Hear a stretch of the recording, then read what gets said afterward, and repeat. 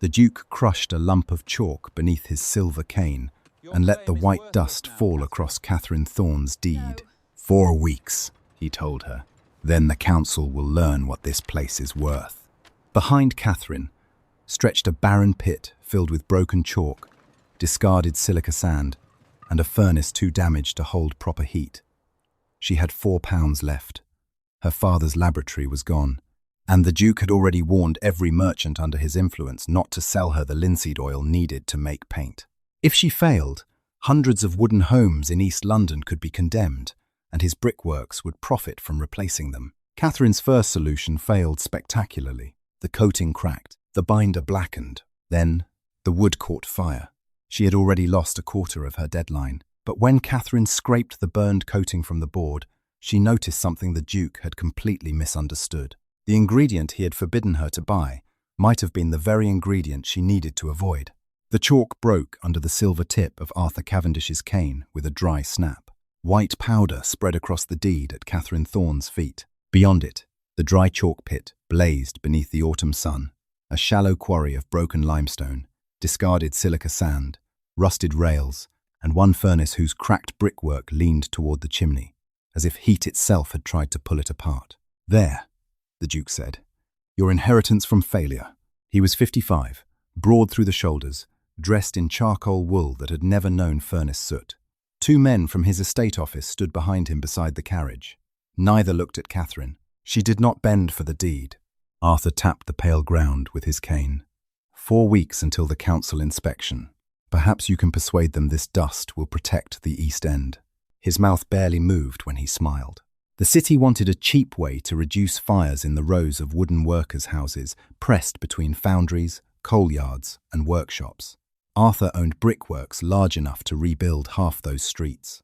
He also controlled enough merchants to make certain Catherine could no longer buy linseed oil on credit. Without oil, everyone expected chalk and water to dry into nothing more useful than whitewash. Arthur expected less than that. Catherine finally crouched. Her gloves were the same leather pair she had worn beside her father's furnaces, darkened at the fingertips and stiff from old burns. She lifted the deed, shook off the chalk, and folded it once. "You have £4, I'm told," Arthur added. She looked past him toward the furnace. The firebox door hung crooked. A long fracture ran through the masonry above it. The bellows leather had been patched twice. None of that interested Arthur. He saw only a place too poor to sell and too damaged to operate. Catherine saw costs: fuel, repairs, test boards, food. £4 would disappear quickly. Arthur turned toward his carriage. "Try not to spend it all proving me correct." The wheels were already grinding over the dry track when Catherine crossed to the nearest waste pile. She picked up a piece of chalk and crushed it between thumb and forefinger. Soft, fine enough to grind cheaply. Then something sharp pressed through her glove. She opened her hand. A clear grain of silica caught the hard sunlight. Catherine looked across the pit again, this time counting the glittering heaps rather than the cracks. Waste from the glassworks. Tons of it. Behind her, a loose furnace brick fell inward with a dull knock. She put the silica grain into her pocket.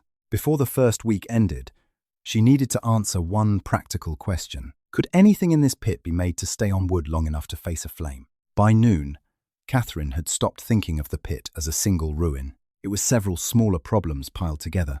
She began with the furnace.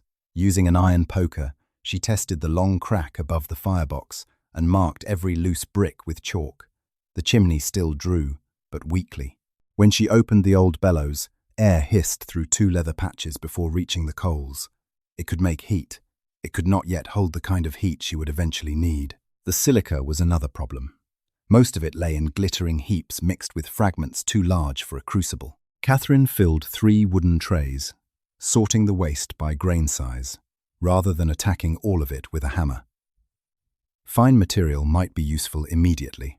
The larger pieces could wait. The chalk was easier. She ground a handful against a flat stone, mixed it with water, and brushed the paste over a scrap of oak she found near the collapsed shed. It dried white and smooth enough to look respectable. Then she rubbed it with her thumb. Powder came away on the glove. "That will not survive rain." The voice belonged to a thin boy, standing at the edge of the yard. with a carpenter's saw strapped across his back. He introduced himself as Thomas Reed, 14, perhaps 15. He had worked beside a joiner until fire took the shop and the rooms above it. Since then, he had been taking whatever repair work he could find. Catherine handed him the oak board. "What would you use if you wanted liquid to enter the wood instead of sitting on top?" Thomas turned the board over. "Not oak." He crossed to a pile of discarded planks and pulled free a grey length of pine. Its end grain was open and rough. "This drinks everything." Catherine poured a spoonful of water onto it. The liquid vanished between the fibres almost at once. That was useful. She offered Thomas food and a small wage for 2 days of work. Not charity.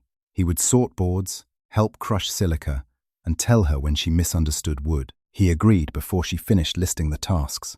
By evening, they had separated usable pine from rotten timber, stacked the finer silica beneath a sheet of canvas, and cleared enough fallen brick from the furnace mouth to work safely. Catherine had spent almost nothing, but she had learned something more valuable than the condition of the pit. A coating did not necessarily have to cling only to the surface. On porous wood, it might enter the material itself. That night, she set 3 bowls on a bench: ground chalk, water, and the cheapest binder she could obtain without linseed oil.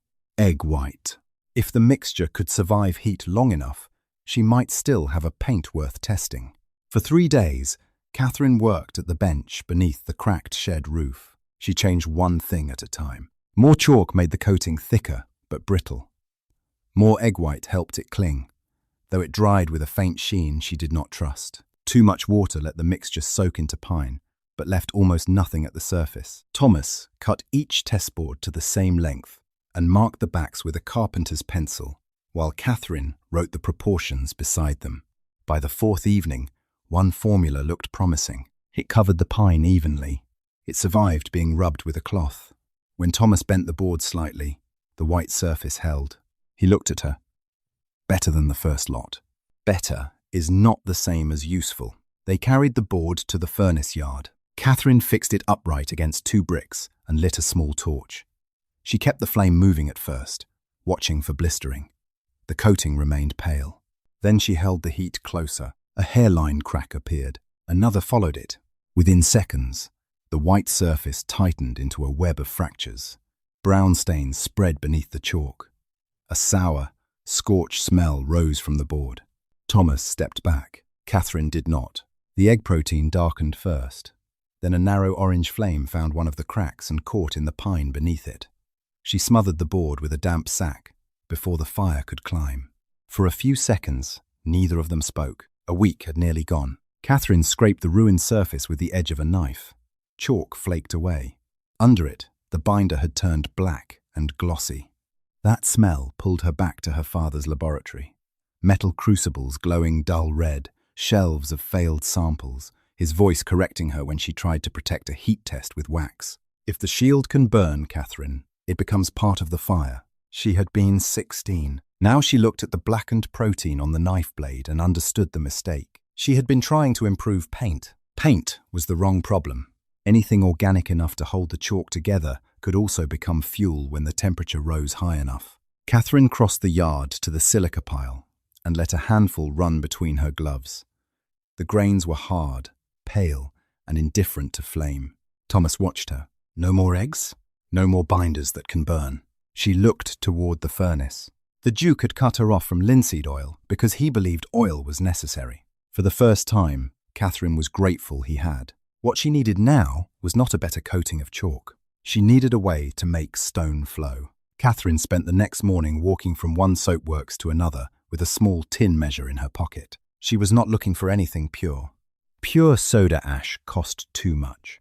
What she needed was the sweepings, damp lumps, and low-grade residue merchants normally sold cheaply or discarded. By noon, she had surrendered several shillings for a sack that smelled faintly alkaline and left white dust along the seams. At the pit, Thomas had already begun breaking silica. The larger fragments resisted his hammer and scattered sharp chips across the bench. Catherine stopped him from crushing everything indiscriminately. They needed fine grains for the first charge, not exhaustion. She sieved the smallest material, weighed it against the soda ash, and loaded only a modest amount into her father's iron crucible. If the mixture failed, she wanted enough left to try again. The furnace objected immediately. Heat escaped through the masonry crack. The patched bellows leaked at every stroke. Thomas worked the handles while Catherine fed fuel in measured additions, watching the colour inside the firebox rather than wasting coal on impatience. The first batch fused only at the edges. When the crucible cooled, Catherine broke apart the dull mass with a hammer. Much of the silica remained gritty. "Again?" Thomas asked. "Smaller grain, better seal." They packed the worst furnace cracks with a temporary refractory mixture, crushed another portion of silica, and reduced the charge. Catherine adjusted the proportions by weight. The second firing took hours. The bellows wheezed. Sweat ran beneath her collar. Once, when she shifted the crucible with iron tongs, heat burned through the old leather at her thumb and forced her to set it down. She wrapped the hand and continued. Near dusk, the surface inside the crucible changed. The pale powder softened into a viscous, translucent mass. Bubbles rose slowly through it and collapsed with wet, glassy sighs. Thomas leaned closer. "It looks like syrup. Do not touch it." When the mass had cooled enough to fracture safely, Catherine broke it into clear, brittle pieces. She dropped one into near boiling water and stirred. It did not disappear quickly, but it softened, then dissolved. The liquid that remained was clear, slightly thick, and almost disappointingly ordinary. Catherine brushed it across a pine board. The wood darkened for several seconds as the solution entered the open grain. Then the surface lightened again until Thomas could barely tell which half had been treated. No oil, no wax, no protein. Only mineral solution inside wood. Catherine set the board near the warm furnace to dry. Across the yard lay tons of silica the Duke had considered worthless. For the first time, she no longer saw waste. She saw feedstock, but an invisible coating had one serious disadvantage. No one would believe in it until they watched it face fire. Samuel Pike did not believe Catherine when she told him what the clear coating was supposed to do. That was why she chose him. His forge stood between a wheelwright shed and a coal merchant's yard, close enough to the workers' streets that men passed through all day. Pike had spent 30 years judging iron by colour, sound and failure. He had no reason to protect Catherine's pride. She placed 2 pine boards on his bench. "Same timber?" he asked. "Cut from the same plank." One was untreated. The other had absorbed 2 coats of sodium silicate and dried overnight. Catherine had marked the backs so no one could accuse her of switching them after the test. Pike turned both in his hands. "They look the same." "They should." That answer made him frown. Catherine asked him to choose the heat. He pushed the untreated board toward the mouth of the forge and held it there with long iron tongs. The edge browned quickly. Smoke followed. Then a yellow flame caught and began feeding along the grain. Pike pulled it away and stamped it out. Thomas said nothing. His attention stayed on the second board. Pike gripped it with the same tongs and held it in nearly the same place. The surface darkened. A faint hiss came from the wood. Small, pale blisters appeared in the mineral layer as trapped moisture escaped. Catherine watched the edge, waiting for the moment that would decide whether 4 days of work had produced anything more than another attractive failure. The board did not sustain a flame. Pike held it longer. The face nearest the heat roughened and discoloured, but when he pulled it free, there was no line of fire racing through the grain. He set both boards on the anvil. The untreated one had lost a blackened corner. The treated board looked ugly, but whole. Pike took a cold chisel and scraped through the damaged surface. Beneath it, the wood was still firm enough to resist the edge. "How much?" he asked. Catherine thought he meant the treatment time. "For a bucket." She looked at him. Pike pointed toward the timber framing beside his forge. "If it buys me another margin between a spark and a roof fire, I'll test it on my own place." He counted 5 pounds onto the anvil. Catherine did not reach for the money immediately. 5 pounds was more than she had possessed when the Duke left her at the pit. More important, Pike had not paid for a story. He had paid after trying to make the material fail himself. By evening, 3 men had stopped Thomas on the road to ask about the board that would not keep burning. The next morning, a woman from Bell Street arrived at the pit carrying a charred roof batten from her home. She did not ask for a sample. She asked how much Catherine would charge to protect a house. The first house Catherine treated stood on Bell Street between a cooper's yard and a narrow alley where ash had settled into the mortar like grey flour. The woman who had brought the charred roof batten was named Mrs. Hale. Her back wall had survived 2 nearby fires, but the pine boards were old, dry, and split around several nails. Catherine refused to coat the whole wall at once. She scraped soot from one section, checked the wood for damp, then measured how much sodium silicate a square yard absorbed before the surface stopped drinking it. Thomas marked the boundary with chalk. The old pine took far more than the fresh test boards. At first, Catherine thought that was a disadvantage. Then she cut a damaged scrap from the lower wall and treated only half of it. The solution disappeared into the grain almost immediately. By the next day, the treated side felt denser under the knife and held a test nail more firmly than the untreated half. Thomas turned the sample over twice. It stiffened, where the wood was still sound enough to take it. That distinction mattered. The coating could not restore rotten timber. It could not replace burned beams or bad joinery. But in porous boards that still carried structural life, the mineral solution penetrated deeper than any surface paint Catherine had used.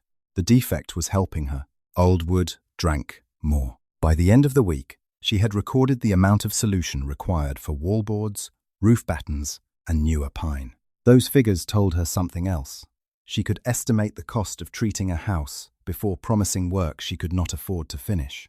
That afternoon, a warehouse agent offered to buy nearly her entire next batch at twice the price Mrs. Hale could pay. Catherine looked at the order, then at the list Thomas had pinned beside the furnace. 7 homes were waiting. She sold the agent 1 bucket. The rest stayed for Bell Street. The decision cost her money immediately. It also gave the pit something money alone could not have purchased. Witnesses. Families watched their own boards being cleaned, measured, coated, dried, and tested. They knew which walls had received the treatment and how much it had cost. 2 days later, a district fire officer arrived carrying one of Pike's scorched boards. "I want a sample for the council," he said. Catherine handed him one from a numbered batch. That evening, before the furnace was lit again, a messenger entered Arthur Cavendish's brick office with a short report. It contained no chemistry, only 3 facts. Catherine Thorne was selling the coating. Workers were buying it, and the city council had asked to test it. The pit became noisy enough that Arthur Cavendish could no longer pretend it was failing. Thomas began each morning by weighing silica into marked bins. 2 labourers from Bell Street crushed and screened the waste, while Catherine recorded every charge before it entered the crucible. Finished solution went into numbered buckets, each tied to a test board cut from the same batch. Nothing left the yard without a mark. The system slowed them at first. It also stopped mistakes. When one batch dried cloudy and left grit at the bottom of a bucket, Catherine traced the problem to coarse silica before it reached a customer. She discarded the worst of it, lost half a day, and changed the screening size. By the following week, the furnace was running nearly every night. The old bellows became the weak point. Its patched leather wheezed under long strokes, and Thomas had to stop twice to tighten the frame. Catherine hired 2 additional workers from the coating sales and paid them by the week rather than by favour. She could now point to wages, orders, repeat customers, and a growing list of homes treated before the council inspection.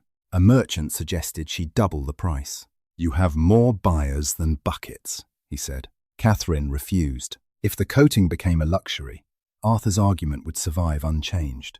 Poor families would still need their wooden homes demolished because safety cost more than they could pay. Instead, she raised production. That was the decision that reached the Duke. Arthur received the figures in his office, above the brickworks. He read that Pike had bought again. He read that the district fire officer had requested additional samples. He read that 7 houses on Bell Street had been treated, and more were waiting. He did not tear the paper. He folded it. 3 days later, a municipal inspection party arrived at the dry chalk pit, carrying an order suspending furnace operation for smoke and safety violations. Catherine read every line before handing it back. The timing was exact. Council testing was days away. She asked which defect required immediate closure. The senior officer pointed to the cracked masonry and the damaged air system. Then one of the men moved behind the furnace. Thomas heard the sound first, leather tearing. He ran around the wall and found the bellows split from frame to hinge. One wooden brace broken clean through. The inspectors denied ordering the damage. By the time they left, The furnace held a bed of cooling coal, and nothing more. Catherine stood beside 3 sacks of silica and enough soda ash for several batches. For the first time since the work began, she had customers, materials, and money due. What she no longer had was heat.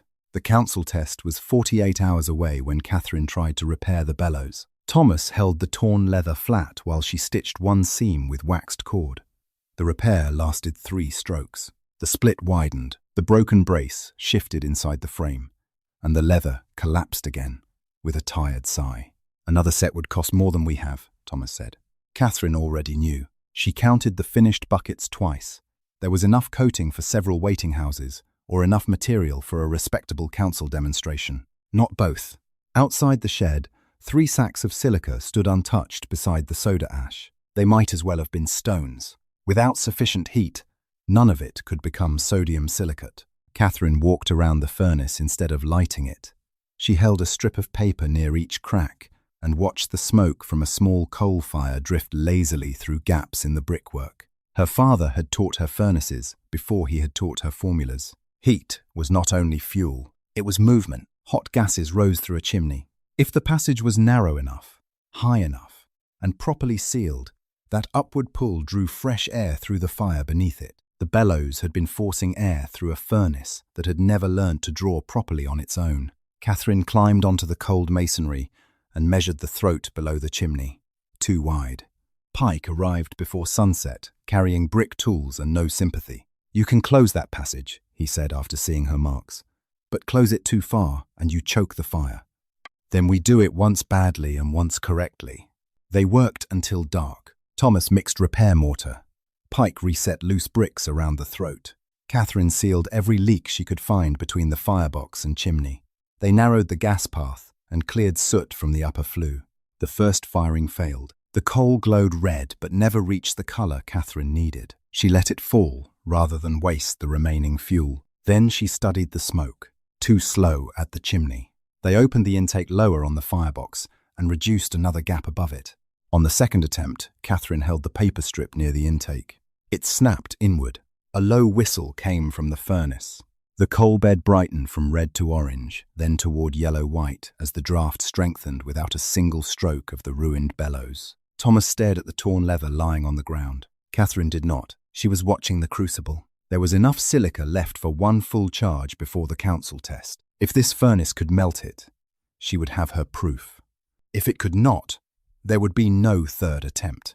The council chose the timber. Catherine insisted on it. 2 pine wall sections were built from the same stock in the inspection yard, each framed to the same dimensions.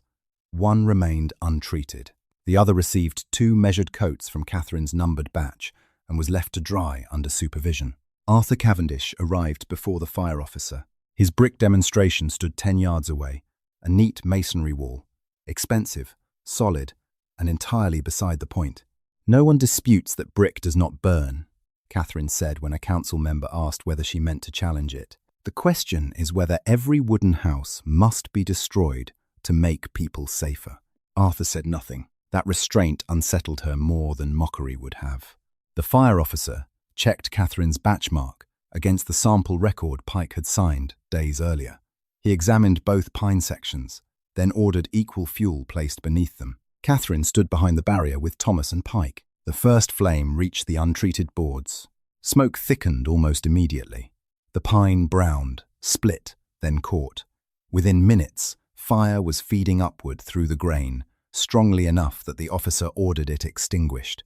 The second section went into the same heat. Its surface darkened. Moisture hissed from the wood. The mineral layer roughened and blistered in pale patches. Flame licked across it, withdrew, returned, and failed to establish the same continuous burn. Arthur watched the clock. So did Catherine. The officer extended the exposure. When the required interval ended, he ordered the fuel removed and scraped through the reacted surface with a steel knife. Beneath the damaged coating, the timber showed heat staining, but retained enough soundwood for the difference to be visible without explanation. Pike stepped forward only when asked. He described the earlier forge test, the 2 matched boards, and the bucket he had purchased afterward.